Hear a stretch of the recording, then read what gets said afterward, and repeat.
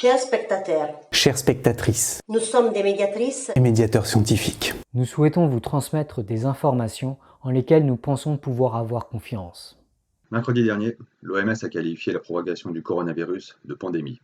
C'est une situation inédite qui nous semble justifier notre mobilisation exceptionnelle. En ce moment même, de par le monde, des milliers de personnes infectées par la maladie Covid-19 sont en train de se battre pour leur vie. En Chine, le coronavirus a déjà causé des milliers de morts. Et si sa propagation semble aujourd'hui maîtrisée, cela n'a été qu'au prix de mesures de confinement très fortes. Dans le reste du monde, et particulièrement en Europe, sa progression continue à un rythme élevé. Dans certaines régions parmi les plus touchées, les médecins sont parfois contraints de choisir quels patients soigner Et quels patients ne recevront pas les soins adéquats, faute de ressources humaines et matérielles suffisantes. Il semble urgent d'éviter que de tels dilemmes traumatisants se posent également à de nombreux autres médecins et familles. Certes, individuellement, vous qui regardez cette vidéo n'allez probablement pas mourir du coronavirus.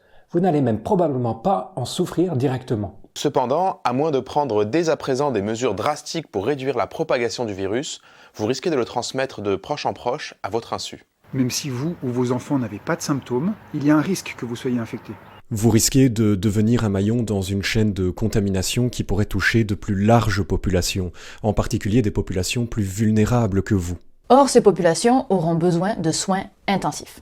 Et leur traitement pourrait conduire à une surcharge des services sanitaires et hospitaliers, ce qui rendrait encore plus difficile l'accès à des soins adéquats. La bonne nouvelle toutefois, c'est que vous pouvez agir. Vous pouvez aider à ralentir efficacement la propagation du coronavirus. Pour cela, il vous suffit de suivre les recommandations des services de santé et des gouvernements, même si celles-ci vous paraissent très contraignantes ou disproportionnées. Limitez vos interactions sociales. Annulez vos soirées. Éloignez-vous des foules. Lavez-vous régulièrement les mains avec du savon. Ne serrez pas les mains des autres. Et ne les embrassez pas. Toussez dans votre coude ou dans un mouchoir jetable.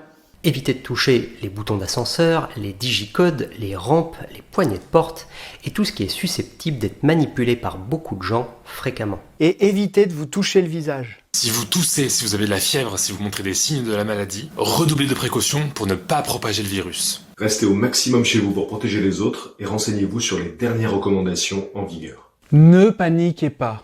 Protégez-vous et protégez les autres. Pour endiguer la propagation de ce virus, veillez aussi à mieux vous informer à son sujet, en consultant des sources fiables et à jour.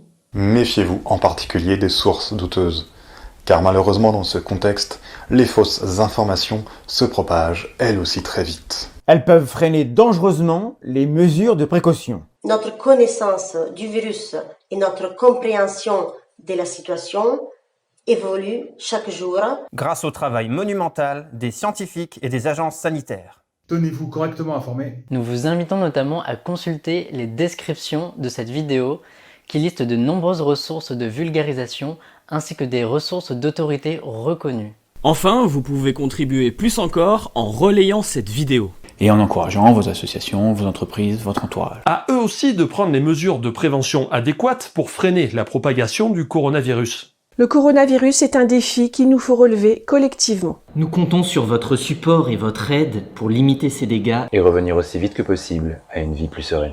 Merci.